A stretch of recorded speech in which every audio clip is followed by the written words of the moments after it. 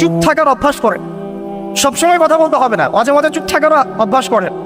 আমাদের একজন বরেণ্য ওস্তাদ তিনি বলেন যে মুতাকাল্লিম হওয়ার যে খায়েশ, এটা একটা হৃদয়ের কলমের একটা রোগ। মুতাকাল্লিম হওয়ার যে খায়েশ মানুষের মধ্যে থাকে যে আমাকে সব বিষয়ে কথা বলতে হবে, এটা অন্তরের একটা রোগের নাম।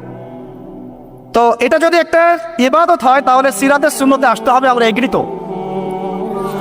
ঠিক আছে। এখন দ্বিতীয় কথা হচ্ছে 3 নম্বর শর্তটা আরো ডেঞ্জারাস, সেটা হচ্ছে রিজিক হালাল হতে হবে। রিজিক এই জায়গায় সবাই একটু ফিকির করেন, দেখেন একটু আপনারা আপনাদের রিজিকগুলোকে দেখেন যে কতজনের রিজিক 100% হালাল আছে। এগুলো আমাদের কিন্তু প্র্যাকটিক্যাল কথা, আমরা কিছু খালি তাত্ত্বিক কথা বলে চলে যাবো এমন না, প্র্যাকটিক্যালি ইমপ্লিমেন্টটা বেশি জরুরি এখন। আমি খুবই স্বপ্ন দেখছি, আমরা সবাই স্বপ্ন দেখছি যে আপনাদেরকে দিয়ে হবে ইনশাআল্লাহ। কারণ এই জেনারেশন করে দেখিয়েছে, এবং তারা আমাদেরকে দেখিয়েছে কোন ভাষায় কথা বললে কাজ হয়। এতদিন তো আমরা বলে আসতাম, তো এই ভাষার কথা বললে আপনারা আমাদেরকে অনেক ট্যাকটিক্যাল।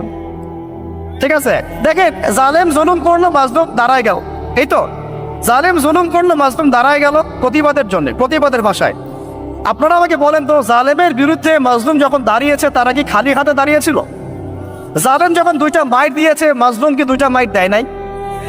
জালেমদের অনেকে যখন মাজলুমদের অনেককে শহীদ করেছে, তো জালেমদের দলেও কি কিছু মানুষ মারা যায় নাই? তো এটা কি একটা কনফ্লিক্ট হয়নি রাস্তাঘাটে? তো গণতান্ত্রিক প্রক্রিয়া এই কনফ্লিক্টটাকে আপনি জায়েজ করে নিলেন, তো গণতান্ত্রিক প্রক্রিয়া এই কনফ্লিক্টটাকে আপনি জায়েজ করে নিলেন তো, মাশাআল্লাহ।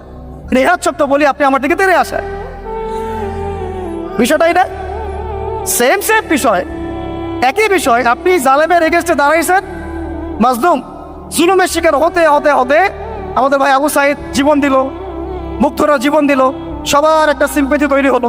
এখানে আম জনতা, রিক্সা চালক, শ্রমিক, মানে ওলামায়ে কেরাম, কে বাকি ছিল? সবাই তাদের পক্ষে ছিল, তাই না? কেউ লিখেছে, কেউ বলেছে, কেউ মাঠে ছিল। তারা ছিল মাজলুম, দেয়ালে পিঠ থেকে গেছে, তখন তারা কিন্তু হাতে কিছু না কিছু তো উঠিয়েছিল, নাকি উঠায় নাই? উঠিয়ে তারা একটা প্রতিবাদের ভাষা আমাদেরকে দেখিয়েছে, এইভাবে প্রতিবাদ করতে হয়। ওই প্রতিবাদটার পরে আপনারা কি এখন বলবেন যে ছাত্র জনতার মধ্যে কেউ জুলুম করেছে?